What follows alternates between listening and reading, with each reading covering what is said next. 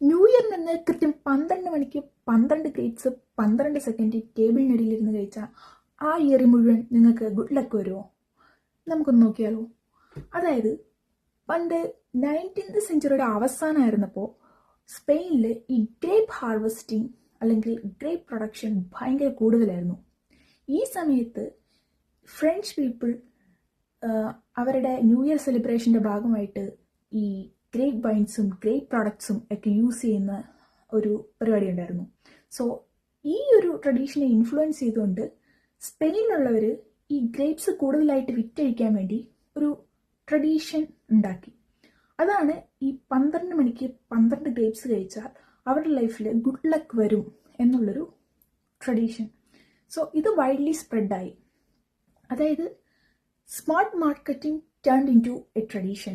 അതിപ്പോൾ ഒരു social media ട്രെൻഡായി.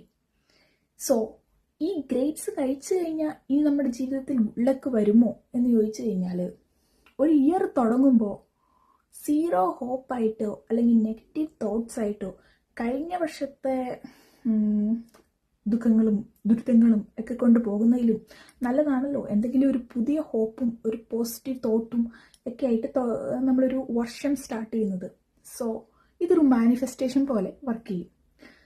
അതായത് ഗ്രേപ്സിന് എന്തെങ്കിലും ചെയ്യാൻ പറ്റുമോ എന്നറിയില്ല, നമ്മുടെ തോട്ട്സിന് എന്തെങ്കിലും ചെയ്യാൻ പറ്റും. കാരണം എന്താണെന്ന് വെച്ച് കഴിഞ്ഞാൽ നമ്മൾ നല്ലത് ചിന്തിക്കുമ്പോൾ നമുക്ക് നല്ലത് വരും. സിമ്പിൾ. അതുതന്നെയാണ് ഇവിടെ സംഭവിക്കുന്നത്. സോ നമ്മൾ അതിന് വേണ്ടി പ്രവർത്തിക്കും. സോ നമ്മുടെ ലൈഫിൽ എന്തെങ്കിലും ബെറ്റർ ആയിട്ട് ഉണ്ടാവാനുള്ളൊരു സാധ്യത ഉണ്ട്.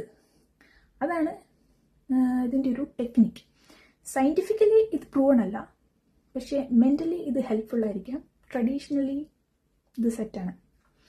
സോ ന്യൂ ഇയറിനൊന്ന് കഴിക്കാൻ വേണ്ടി ആരെങ്കിലും ഗ്രേപ്സ് വാങ്ങിച്ച് വെച്ചിട്ടുണ്ടെങ്കിൽ ടേബിളിനടി കയറി ഇരുന്ന് കഴിച്ചു നോക്ക്. ഇനിയെങ്ങാനും ബിരിയാണി കിട്ടിയാലോ. So happy new year. By.